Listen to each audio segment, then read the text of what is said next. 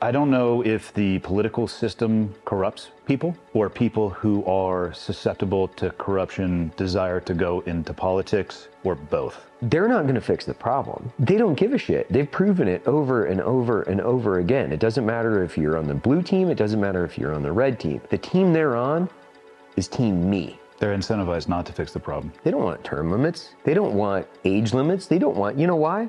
Nancy Pelosi's making too much money, dude. Mitch McConnell's making too much money. You shouldn't be able to increase your net worth to 10 million, 20 million, 30 million, 100 million on a base salary that's about $200,000. That math doesn't make sense. Hey everybody, welcome back to Focal Point, where we focus on current events that are important to you. I am joined by Heber, the CEO of Black Rifle Coffee Company. Powerful Jewish leader. Yeah. Powerful. Jewish leader. Powerful. And Andy Stump, you might know him as the host of the Cleared Hot podcast, also the co-owner of BRCC, Black Rifle Coffee, Kalispell, Montana. Today we're talking about the current political situation and the candidacy for President of the United States. We talk about politics, but typically when we talk about politics, we're kind of stepping back from it, philosophical. We're doing long form podcast, but we haven't personally talked about our opinions on what we think is going to happen, especially next election cycle, which is one of the reasons why we talked about starting this in the first place. There are a lot of people's opinions on politics, but we offer different perspectives, and we typically don't always agree on those perspectives. Andy, what do you think is going to take place this election cycle? I mean, if I was a betting man, I would say it is probably going to be Biden versus Trump, which I don't think anybody in this room has any control over. I think the die is largely cast on that. And for me, regardless of people's personal beliefs on it, I try to take a step back and look at the overall political picture of this country. And one of the first things that I land on is, as an American, I'm actually very embarrassed at what we are presenting to the rest of the world. People can have their thoughts on Biden and people can have their thoughts on Trump. Like I worry about Biden's age. And I don't say that meaning to be negatively. I have a father who's 76 years old, and I remember him when he was 30 and 40 and 50 and all of these things. And I feel the changes in myself. I'm 46 years old. I think that there should be not only a limit to how long somebody can spend in politics, but there's another layer to that I've started thinking about too, because there's the elected officials, but then there's also the non-elected members of our government that stay for a very long period of time and can continue to pass policies forward and have influence well beyond the candidates. So, you know, we can talk about Biden versus Trump, but until we start talking about things like the size of our government, term limits, potentially age limits, actually going back to what I think politics was supposed to be, the service to the people that elected you into office, all of those are problems that need to be solved. But to answer your question directly, I'm very worried about what we are not only presenting to the world as what we are as, like, is this the best that America has to offer? These are the two choices that we have to choose from. And it's tough because you have to separate Biden and how you feel about him from his policies, and Trump and how you feel about him from his policies. Some of Trump's policies were not bad. And in the same breath, I will say, in all of the criteria that I was mentored and raised through inside of the SEAL community, when it comes to leadership, he fails every single one of them. Whether it's the way that he communicates, like, it's unbelievable how he communicates. It's not clear and concise. He definitely has his ego associated with his behaviors and his actions. It seems like he wants to surround himself by people that support what he believes to be the right thing versus listening to the dissenting voices in the room. And in a mission planning setting, how dangerous is it if the dissenting voices are not listened to or they're removed from the room? If you get into an echo chamber, that's how you end up on target and things go horribly bad, and you do an after action and you have to determine what went wrong and why. And I don't think we're doing any of that as a country. So to me, the conversation isn't even about Trump or Biden. It's about our political system right now and whether or not we can even survive the 2024 election. Yeah, 2024 is going to be something else. As a year, as a nation, we talked about it, I think yesterday in the vehicle doing this Origin event. We talked about how there was a potential for Biden not getting in. And all the political commentation is saying, the Shapiros and the experts are saying, hey, Biden is likely not going to be the guy standing, and that there's a play there. And it's not hard to see. They're positioning people. Democrats are coming out against Biden for the first time, and it's like TikTok. Yeah. What do you think is going to happen as this unfolds? Well, first and foremost, I think Trump represents the anger that most Americans feel towards the political system. So his mean tweets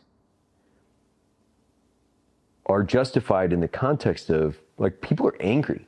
They don't like politicians. You know why? Because politicians are fundamentally misaligned with the people. Like, our country has eviscerated the working class. They have outsourced our jobs.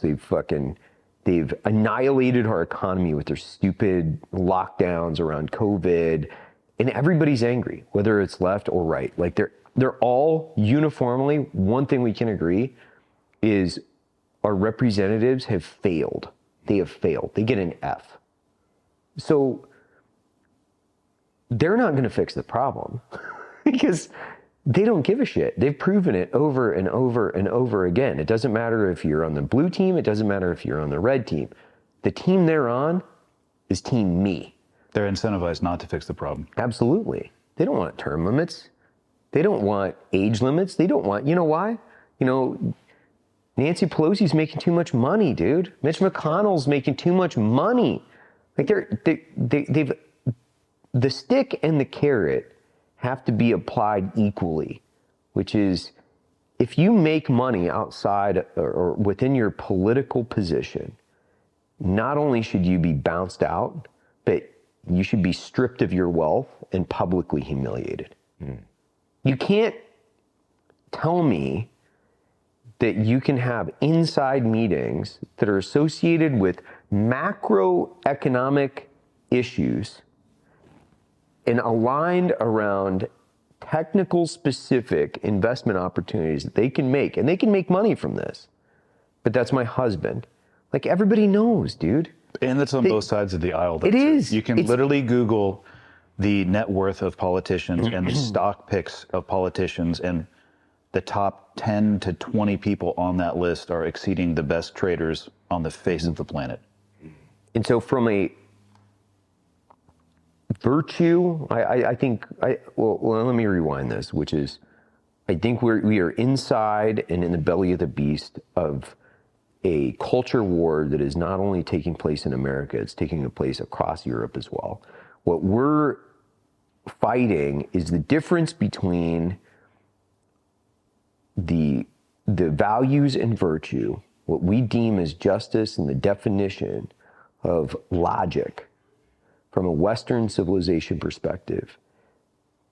We are in a debate against, like, liberty, freedom, justice for all, the Western way of life, and whatever this horse shit is on the other side. I don't know, to be honest with you. I think it represents the worst of humanity. I think this is a direct manipulation and information operation that is being spearheaded by the Chinese, the Iranians, the North Koreans. Every enemy on the planet is applying some form of technical and economic pressure against the United States in order for us to crumble from within. And I think you have politicians who are motivated by ego and greed or power and money. They're easily manipulated. They're put into positions of authority, and now they're applying evil, essentially, and manipulating us in the United States in order to forfeit our rights as individual citizens. And I think if I were saying the Biden versus Trump, I'm agreeing with Andy. This is bigger. Gavin Newsom will be either the vice president, he'll replace Kamala, or he will be running for president. And whether that's against Trump or against somebody else based on the way that, these legal issues shake out, I don't know. But Gavin Newsom will come into play. There's zero doubt in my mind, because you don't have meetings with Z. You don't have all the news and media. They're grooming, what I would say is Gavin Bateman for this position right now, if you're paying attention, you can fucking see it. You can see the political machine spinning him up and getting ready to throw him into the mix somehow. And that, my friends, is going to be a wide awakening for America, because I'll tell you what, I don't want to live in California. I love California. I think it's probably the most amazing state in the union as far as terrain. The politics of California have essentially eviscerated that place of having individual citizens, their individual liberty. We have spilled individual liberty out into the fucking sea in California, and I don't want to live underneath a Gavin Newsom regime. I'll tell you that. That's like scary as shit to me, man. Like, you're saying that you think the majority of people would vote potentially for Gavin over Trump. Because I'm saying there's a small percentage of people that are educating themselves on actual policies. Like, who are the politicians? Who are the policies? If you did a poll right now against the average voter in the United States, regardless of state and region, and you ask them what year was the American Revolution, I would say over half would get it wrong. Like, if you ask them what is the premise of the Constitution, if you ask them to define what liberty means, they wouldn't be able to do it. They don't even understand the foundations of freedom, nor the historically the consequences of us forfeiting our liberty to tyrannical regimes. They don't understand it. They don't even understand where they live. When you look at politics across the country, Andy, we talk about a lot of the issues that are deep-seated in corruption with politicians and even up-and-comers who we think are going to change the way things happen in Washington, D.C., and they are more concerned about their stocks than they are the country, seemingly. So it seems like even the saving graces, the things that we leaned on, were like, well, that could be a fix to problems. It doesn't seem to be fixing anything. And we've obviously identified a lot of problems with American politics. What is the start point to some of these fixes that individuals that are even listening to this could do themselves to make a change? I mean, you got to define the problem first. I don't know if the political system corrupts people or people who are susceptible to corruption desire to go into politics, or both. But we all know people who have gone into politics, and that at some point in time, for every one of them that I know, I have the realization they're either a little bit more dogmatic, they're either a little bit more partisan, or they're just a different person than the person that I knew before. There's obviously a scale and a matter of, you know, the volume of people looking at you and the pressure associated with that job. But I don't know if our political, I don't think the government was ever designed to be as large as it is now. You know, the founding documents of our country and the design of what the government structure was going to be, how could they possibly forecast forward, 360, 370 million people, the issues that we're facing, complexity, the interconnective nature of commerce, social connections throughout the world. But if you're looking at the people going into the system, and you realize, for me, one of the problems that I have identified is how long people can stay into that ecosystem. Because let's say they are pure, and they go with the intent of really wanting to make a change. But an individual trying to push against the front of a battleship, or kick as hard as they can to push a battleship that is just steadfast in one direction, they realize, well, maybe I kind of need to climb onto the battleship a little bit. Maybe I can have more influence from the inside. But that system is so directed in one point of view, or partisan line, or party line, and whatever it may be. I think that people who truly want to make a difference, they either get there and become so frustrated and they leave, or they hop on board the ship a little bit, and then it becomes a very insidious creep towards the very partisan lines.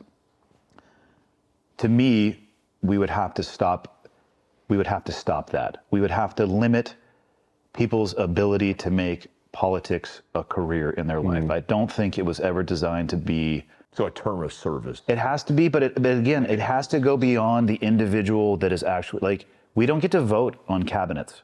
You know, Biden and Kamala or Trump and whoever he would have with him, people are voting for them at the ballot box, but we have no say over the people that they bring into their cabinets. And to say that those people are not influential and probably largely the decision makers would be somebody not paying attention. Now, I get it. They're the people sitting at the desk and giving the speeches, but presidents aren't writing their own speeches. They're not coming up with their policy, statements or, I think in large part, philosophies. And that's all invisible to us. And those people are throwing the levers of where we're spending our money, where the tax dollars are going, what countries are getting our international aid and support. I'm not saying we should stop those things, but as a voter, we don't have any control over that. So I think we have to establish some level of term limits, but we have to have an ability to also have a non-votable employee be in politics for the better part of their life as well, because that person actually becomes more valuable and influential in the political system than the person that you're voting for. And I don't know how to solve that, but that's where I worry about whether or not our political system is broken. And that's even at the state level as well. I've heard from many people at the state level, yeah, you're going to vote for a new governor, but 90% of the office is going to stay there. 90% of the non-elected officials are going to stay there. Good luck changing the trajectory of that battleship. It's just not going to happen. So I think we have to identify that problem and work our way backwards. But limiting, let's say the pool is toxic. If for any prescription medication, for any substance that has a warning label on it, hey, this may be toxic, what do? We limit exposure. We limit the dosage to it. Right. I think that's a good start. I don't think it solves the problem, but, and I'll agree with Evan. I mean, you need to be able to make your salary. You shouldn't be able to increase your net worth to 10 million, 20 million, 30 million, 100 million on a base salary that's about $200,000. That math doesn't make sense. Yeah, it's an interesting question for the audience. Let us know how you feel down below in the comments. How do we fix this? What are the ways? What are the potentials in this 2024 election season working itself out? What does it look like? Leave us your feedback and make sure you subscribe and hit the notification tab. Hope you enjoyed that episode of Focal Point. Current events, giving you perspective. That's the value that we want to provide. If you're interested in all the things you heard, especially at the round table with a lot of perspective from experts in their field and people we want to talk to, make sure you subscribe to the links down below. Focal Point coming to you in 2024. Thanks, guys.